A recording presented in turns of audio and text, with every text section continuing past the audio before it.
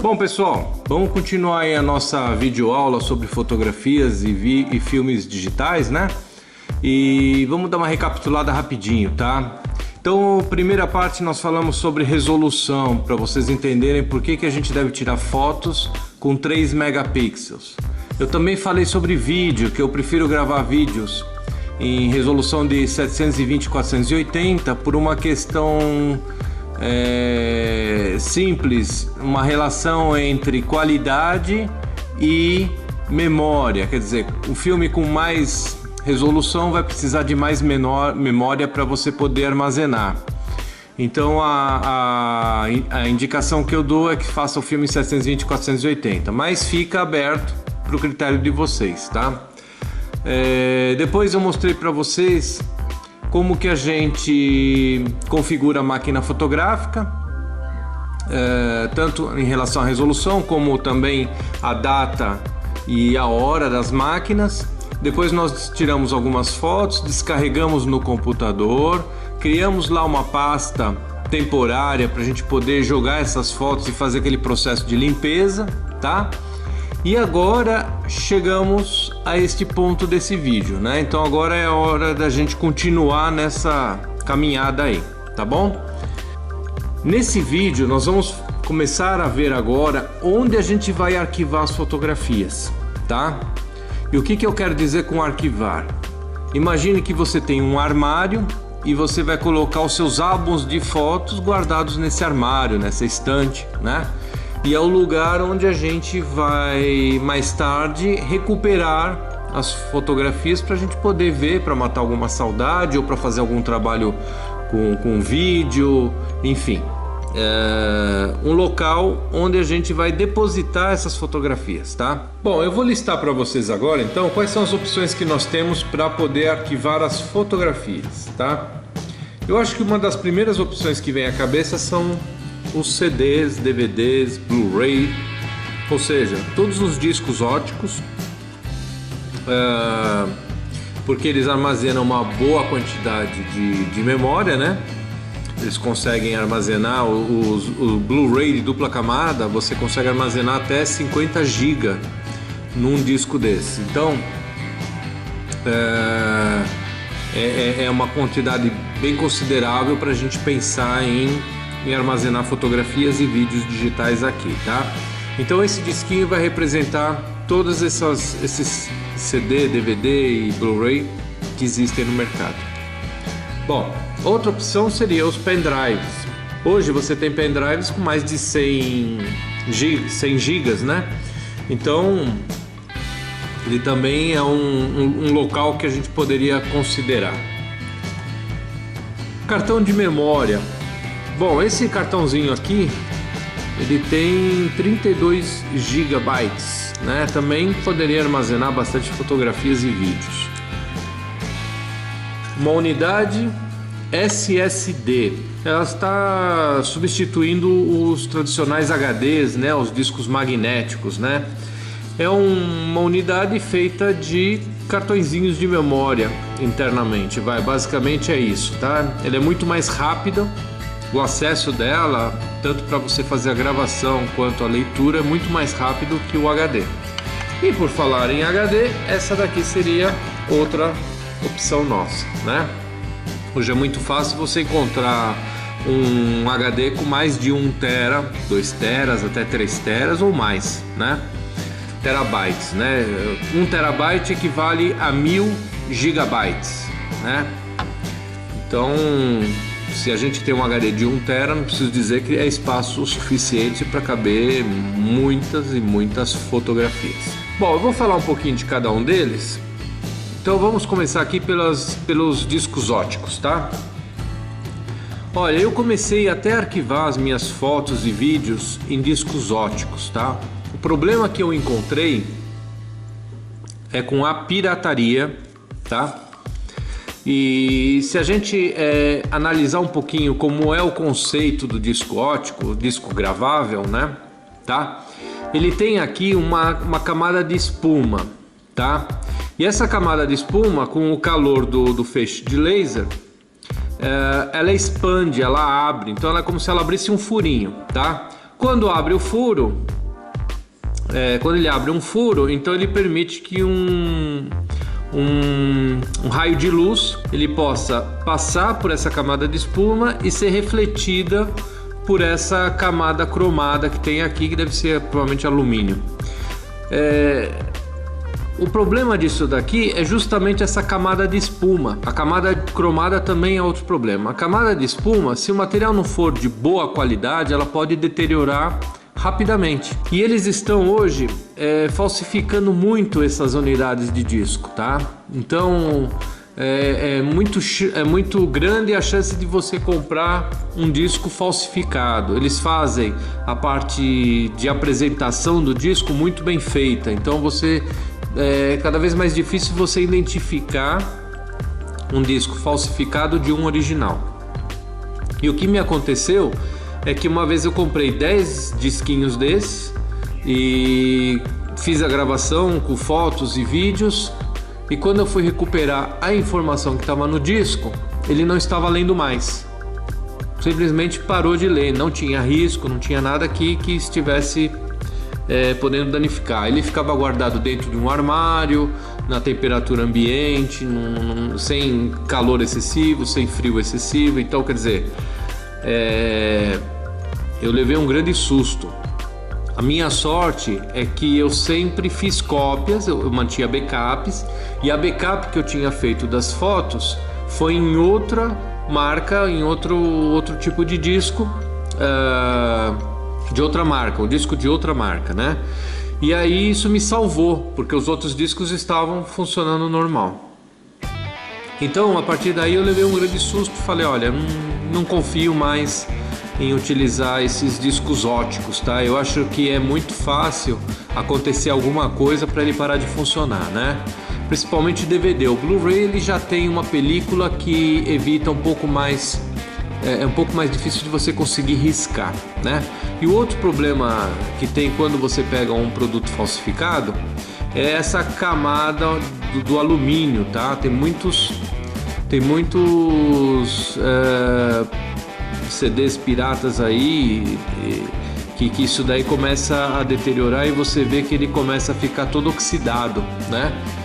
Então eu não recomendo esses discos, tá? Eu acho que a chance de você perder a informação nesse meio aqui é muito grande, tá? Bom, então não recomendo esse. Cartãozinho de memória, vamos passar esses caras para cá, vou tirar aqui. Esses 3 camaradas aqui, eles podem ser classificados do mesmo tipo. Todos eles usam chips e a informação fica armazenada nesses chips. Você já usou pendrive?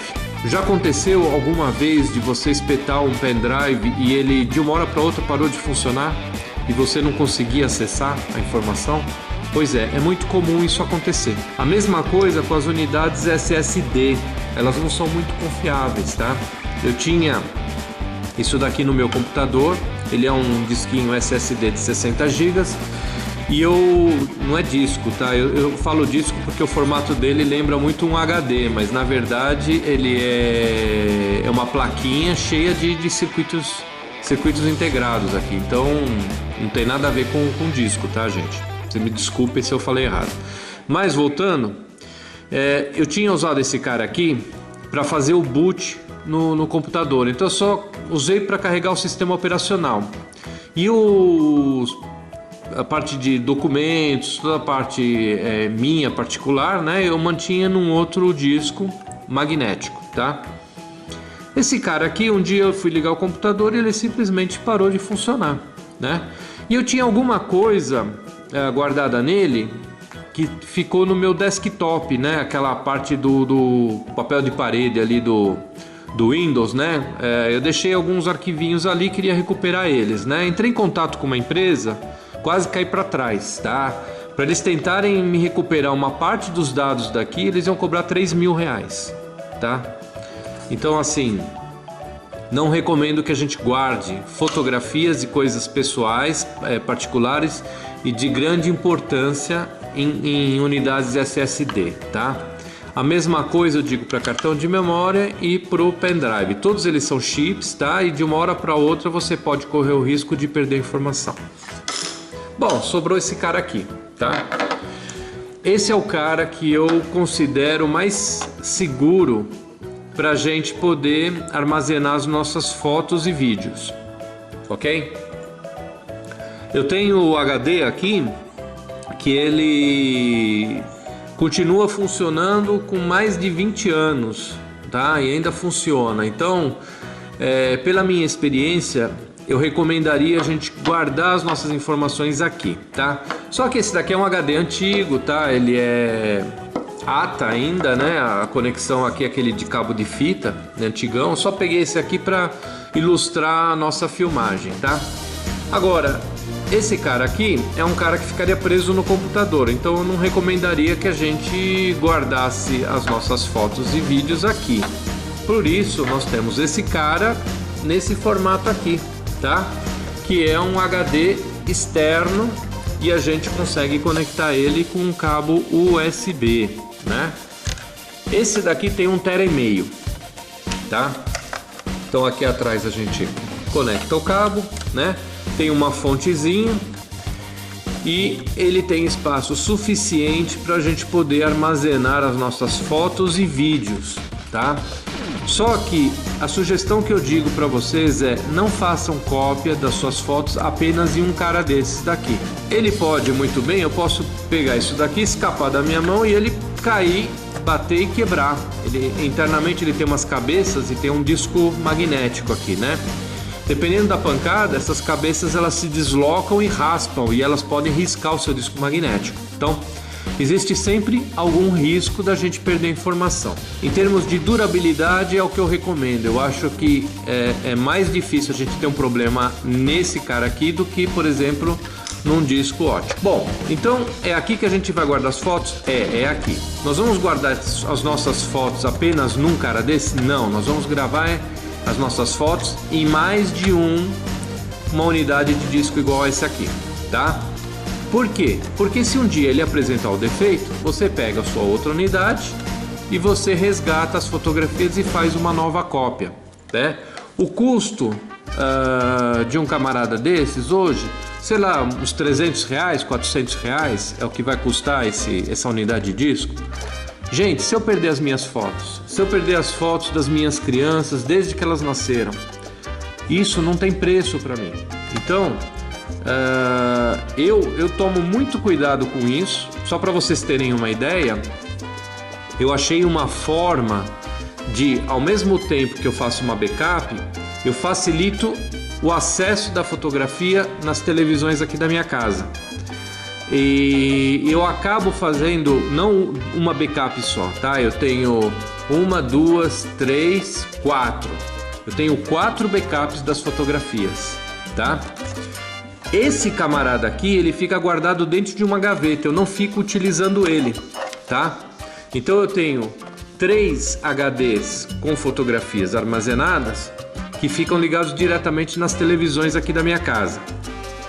E aí, através de um dispositivo chamado Media Center, eu vou apresentar isso para vocês daqui a pouco, tá?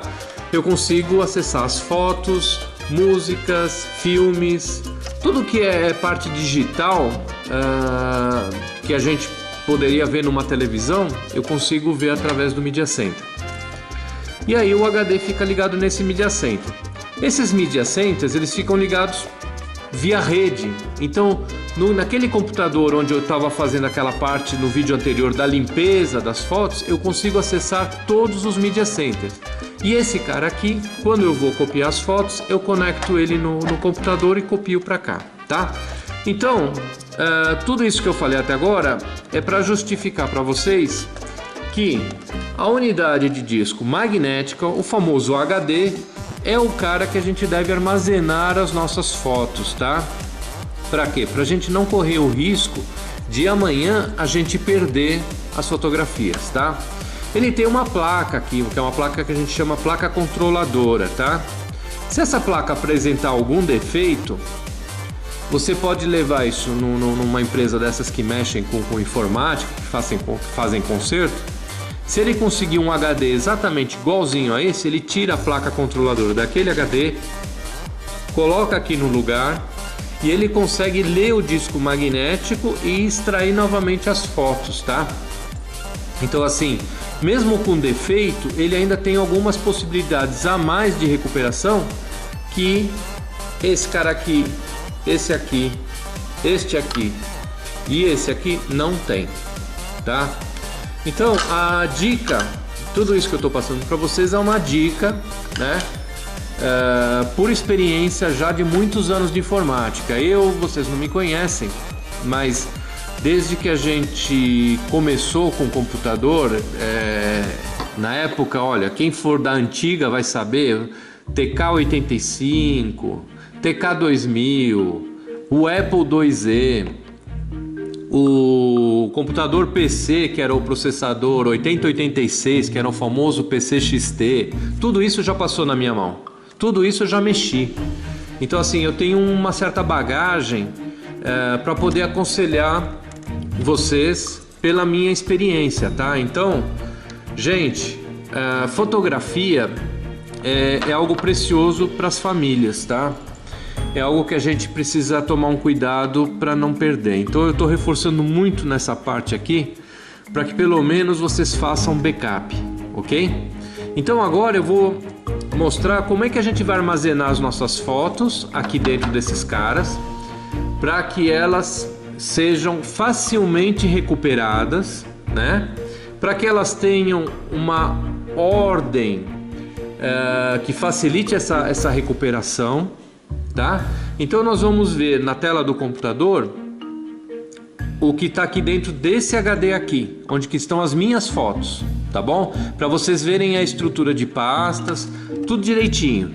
E depois eu vou falar para vocês ainda do Media Center. Então vou mostrar lá na televisão o que é o Media Center. Isso é uma coisa muito interessante. Algumas pessoas conhecem, isso não é algo novo, tá? De certa forma os media centers estão sendo substituídos pelas televisões, as famosas Smart TV, né? Mas assim, ainda assim eu acho que o Media Center ele tem alguns pontos que ele é melhor do que uma Smart TV. Depois aí eu apresento para vocês, tá? Mais para frente. Então vamos olhar agora aqui dentro na estrutura desse cara aqui, como é que as fotos ficam armazenadas, beleza? Então vamos lá. Eu só queria, antes da gente continuar, falar também de uma outra possibilidade, que é a gente estar arquivando essas fotos e vídeos na nuvem. O que é isso? Não é a nuvem lá do céu não, tá? É uma empresa que fornece um serviço de memória, vamos dizer assim, né? Então você contrata lá, eu vou fazer um contrato de 100 gigas, por exemplo, e ela te disponibiliza um espaço físico e você manda qualquer arquivo por via internet, né? E você faz um upload lá no site da empresa e você consegue arquivar suas fotos e vídeos fora da sua casa. Por um lado, se a gente analisar, pô, legal, né? Quer dizer, se minha casa até pegar fogo, meus arquivos estão protegidos. Mas e se lá pegar fogo? Então, quer dizer, 2 pesos, 2 medidas, né? Outra coisa também, a gente vai estar mandando para fora as nossas fotos e vídeos particulares da nossa família. E se um hacker entrar lá, conseguir acessar essa informação e descarregar isso e distribuir pela internet? Então pensem bem sobre isso que eu estou falando, tá? É uma possibilidade também.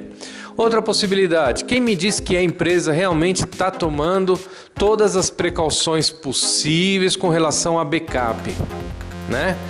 Para acontecer algum problema e a empresa entrar em contato com você, olha senhor, me desculpe, aconteceu um acidente aqui, nós perdemos todos os seus arquivos. E aí, cara, você vai fazer o quê? Você vai abrir um processo?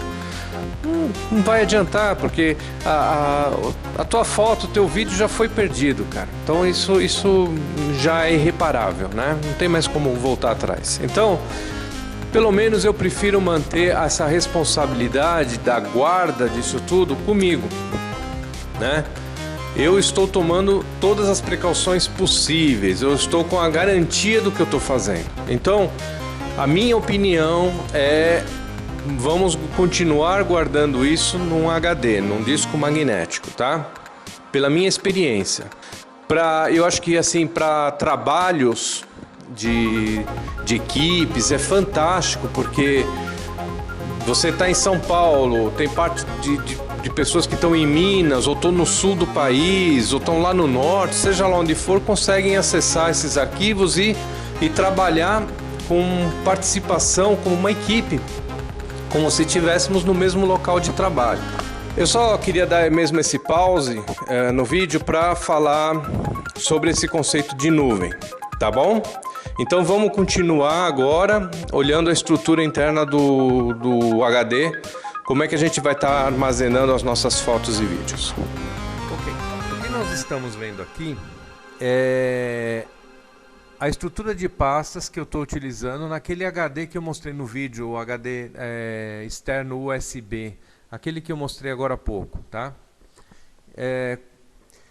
O que interessa para a gente nesse momento é enxergar aqui, eu criei aqui uma pasta fotos da família e outra pasta vídeos da família. Na verdade, eu não precisaria fazer essa separação, eu poderia até colocar tudo junto numa pasta só, né, e chamar essa pasta de família, por exemplo, né, onde teria fotos e vídeo. Eu fiz essa separação porque mais tarde eu vou mostrar para vocês o Media Center, que é aquele dispositivo onde eu consigo enxergar todos esses arquivos pela televisão, e ele faz uma separação de foto e vídeo. Então, por causa dele, eu acabei separando dessa forma, tá? Vamos entrar aqui na pasta fotos da família e vamos ver como é que ela está organizada, ó. Então eu crio cada pasta começando pelo ano e depois uma breve descrição do conteúdo dessa pasta, ok?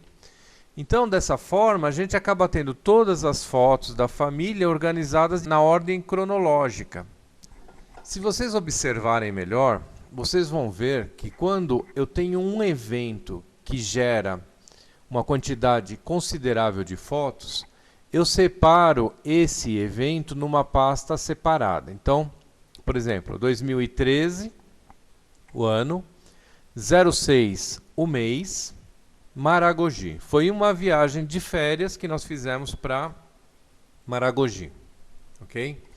2013, novembro, uma viagem que nós fizemos para Olímpia. Foi, na verdade, um passeio, acho que no fim de semana, não foi bem férias, mas acabou gerando uma quantidade considerável de fotos, que se eu juntasse todas essas fotos com as fotos normais do ano, ficaria um pouco bagunçado. Então eu acabei separando numa pasta, né? E quando você tem fotos que você tira no dia a dia, mas que não é uma quantidade muito grande de fotos, então eu crio essas pastas com o ano, família. Então, por exemplo, no ano de 2014. Então, são fotos que foram no dia a dia, um passeio com a família, o primeiro dia de aula na escola, das crianças, qualquer coisa que você acabou tirando alguma foto e você queria guardar, uma festinha de aniversário que gerou poucas fotos e aí vai, entendeu? Tá? Quando é uma festa, uma viagem de férias, por exemplo, como foi o caso aqui para Maragogi, então essa acaba gerando uma quantidade maior de fotos. E aí, como as fotos têm aquela nomenclatura que eu passei para vocês, o ano, o mês, o dia, depois hora, minuto e segundo, elas acabam ficando organizadas numa ordem cronológica, né? E aí você começa a enxergar o começo, meio e fim da sua viagem. Então, por exemplo, aqui nós arrumamos as malas, estamos indo para o aeroporto, né? As crianças na cabine do piloto tiraram foto com o cap do comandante, e aí vai, né? Olha lá. Então depois as férias em si e tal, e no final, né? Hora de voltar para casa, a hora mais chata, né? Das nossas férias. Então, aqui no aeroporto, elas no avião, e acabei terminando ali. Então, as pastas elas ficam organizadas também, fica fácil de você achar, né? Um aniversário de uma pessoa, bom, o aniversário de uma pessoa ela sempre é naquele mesmo mês, naquele dia, ou na proximidade daquele dia, né? Às vezes você faz uma festinha de aniversário que vai cair no final de semana, então você pode antecipar ou fazer um pouquinho mais atrasado a festa de aniversário, mas não importa. Você entrando na pasta da família, você encontra naquele dia se houve fotografia ou não registrando o aniversário. Se o aniversário gerar uma quantidade de fotos muito grande, aí vale a pena você abrir então uma pasta, né, para separar, né? Por exemplo, você faz uma festinha de aniversário do primeiro ano do seu filho, né? Então vai acabar gerando uma quantidade de fotos maior, né? Então aí sim é interessante você estar abrindo uma pasta, né? E colocando todas essas fotografias dentro dessa pasta, tá? Então, no decorrer do ano, a gente vai vendo as pastas família, né? Que são o dia a dia, aquelas fotinhos que a gente tira sem muita importância, ou até pode ter importância, mas não tem uma quantidade muito grande de fotos. Então aí você mantém tudo nessa pasta. Quando acontecer algum evento que gera uma quantidade maior de pastas, aí você abre, mas sempre começando com um ano, para a gente poder ter sempre a ordem cronológica dessas fotografias na sua pasta principal, tá? Então é dessa forma que eu armazeno todas as fotografias da minha família no HD, tá? Vocês vão reparar também que aqui tem uns arquivinhos chamados folder, né? Isso daí é por causa do Media Center, tá? Então quando você entra no Media Center, por exemplo, nessa pasta, por exemplo, vamos pegar aqui Maragogi, né? Nessa pasta aqui 2013-06 Maragogi, tem um arquivinho de fotos chamado folder, tá vendo aqui? Esse é o ícone que vai ficar representando a pasta 2013-06 Maragogi. Entenderam? Então, quando a gente olhar no Media Center, você vai ver uma imagem representando a pasta. E a imagem que eu escolhi foi essa. Bom, agora vamos dar uma olhadinha na questão dos vídeos, né?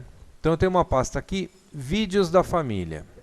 Essa pasta, ela já, vocês vão ver que ela já não tem tantas subpastas, né, que nem o outro. Por quê?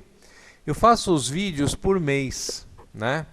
Então eu tenho o vídeo deste ano de 2015, janeiro, fevereiro, março, abril, e aí vai indo, né? Quando ocorre algum evento diferenciado, eu crio o filme com um nome. Então, por exemplo, 2015-08 nós tivemos uma viagem de férias para Natal, né? E aí a gente tem o vídeo dessa viagem de férias.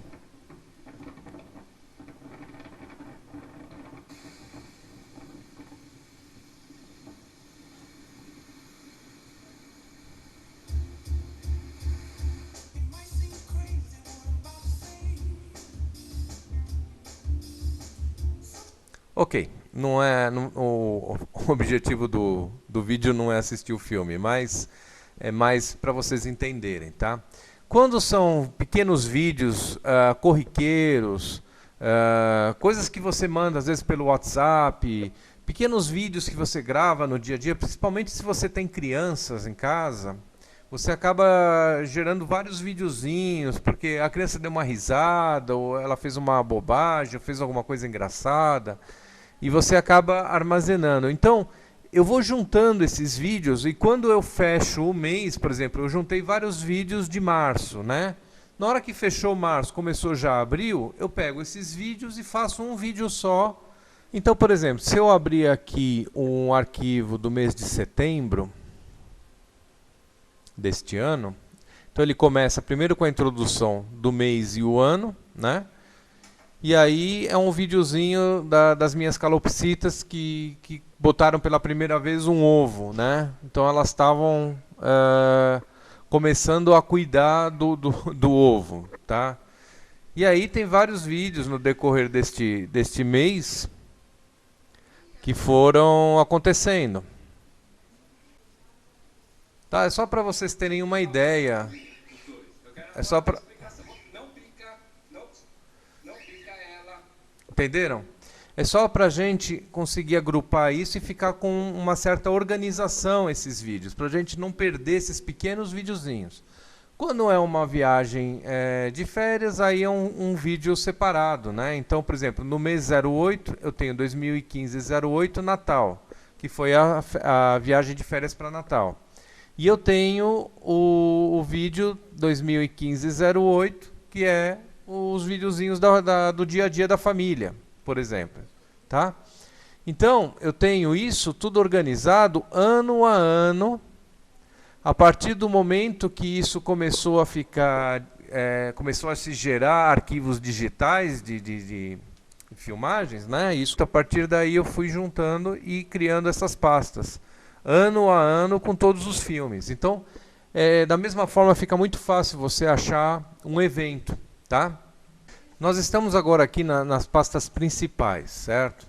Aí digamos o seguinte, poxa, eu lembro que eu fiz uma viagem para Maragogi, mas não lembro quando foi feito isso. Então eu venho aqui na pesquisa e digito Maragogi.